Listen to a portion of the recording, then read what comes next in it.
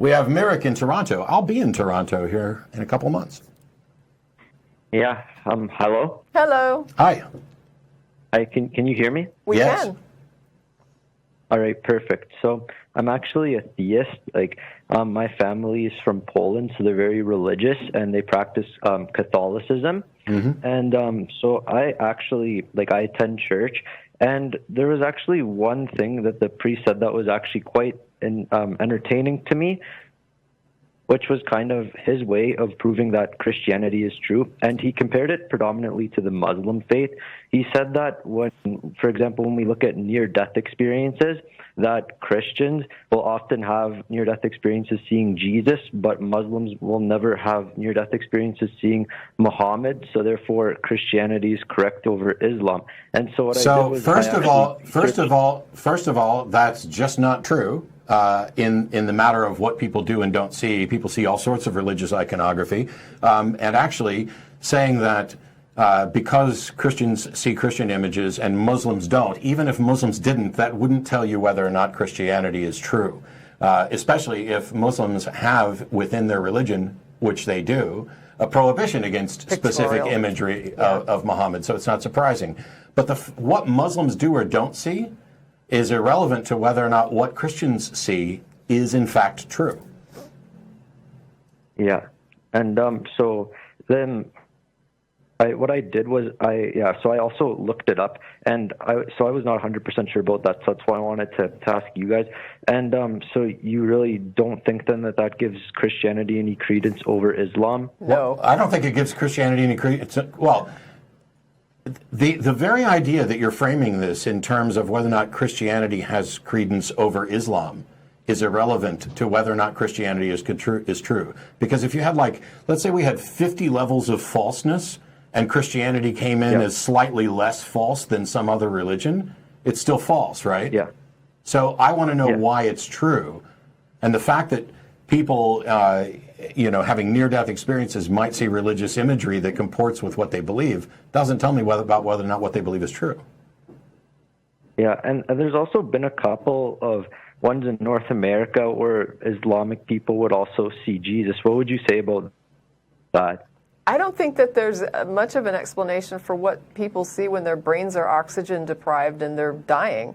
I mean, your brain could pop off lots of things. Some people see nothing. Some people report seeing not a thing. And I mean, different people see different things. Now, and even if we all saw the same thing, all that would say is that we, for whatever reason, are having the same experience at death, that our brains are reacting the same way. It wouldn't really give us any objective truth about anything outside our own dying brain. If everybody saw a dragon, does that mean that what they saw was real and that it ties to the truth of something?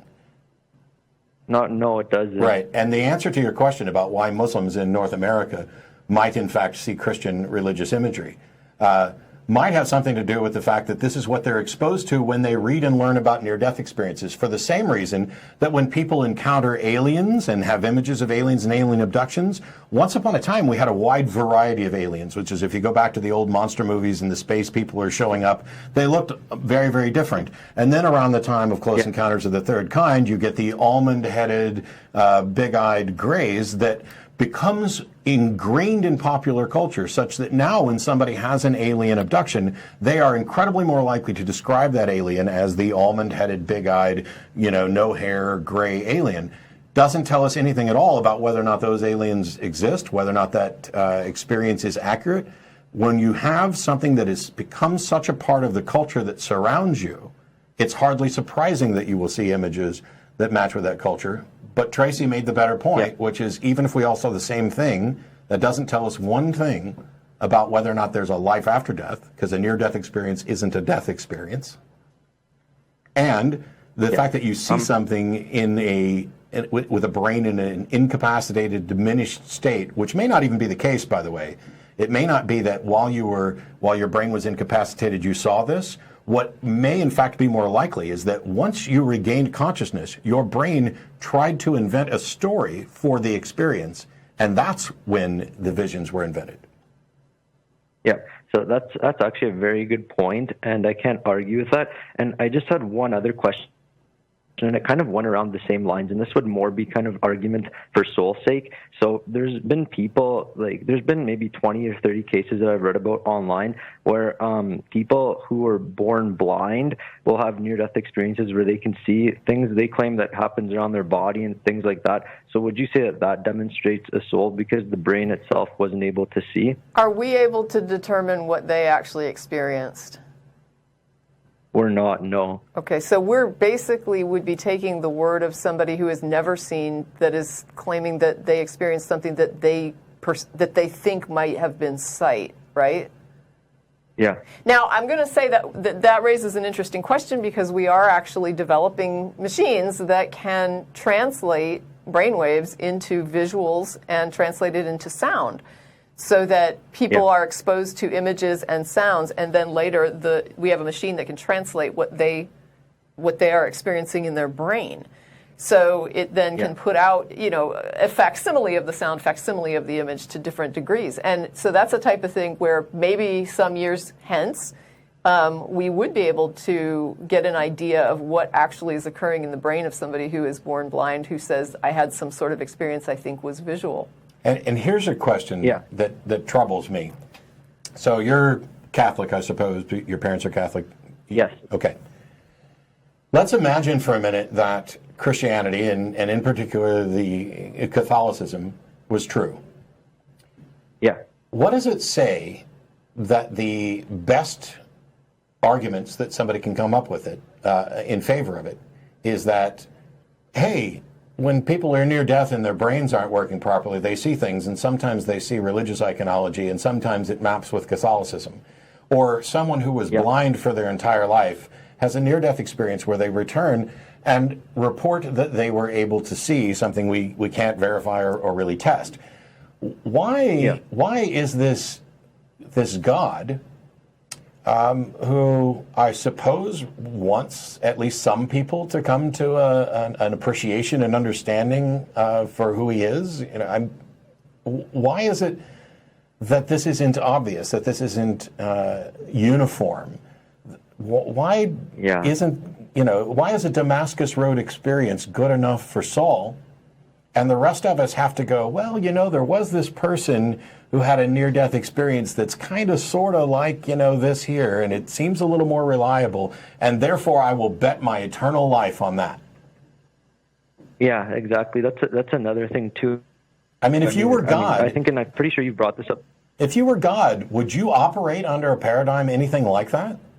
Where you keep yourself hidden, but when people do a near death, you give them like a little McNugget, or you let them see somebody who passed on, and they come back with no useful information. Not here's where I buried the fortune, here's where I hid the will. It's I love you and I can't wait for you to join me in heaven. It also raises all kinds of weird justice questions, right? So if somebody almost dies and they have this experience and God gives them this vision, and then they believe, and I never have any visions, and then I don't believe, and I go to hell when I die. How is that fair that they got this, that God decided to put his finger on that person and offer them up some proof that he's not willing to give to me, but then I'm judged based on the same, whether I believe it or not, but they were given something I wasn't given.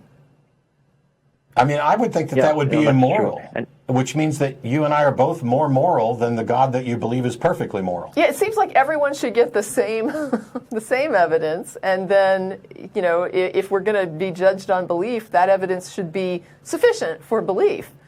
I don't know. It shouldn't be. We've said about 5 things now. I'm wondering if you had any kind of answer for those. I think he's asking questions. I have a feeling, I'm getting the feeling, I'm sorry, the name was, Mirik.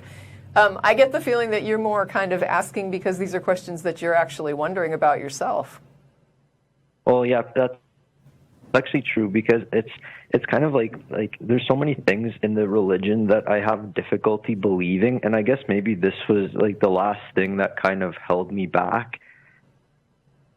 I think it's definitely something worth looking into more. It's any of these questions that you have, if you look up skeptical responses, you'll find information either way, because you're definitely being given information that this is in support of belief. And so I think it's only fair that you could then go and look at the rebuttals to this information on the skeptical side, and then you can determine for yourself what you think makes the most sense.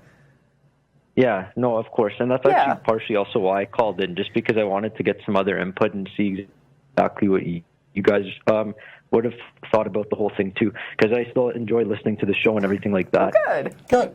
Well, I appreciate the call. Yeah, and, thank you. Keep asking questions. I mean, All right, thank you very much. Thanks. Sure.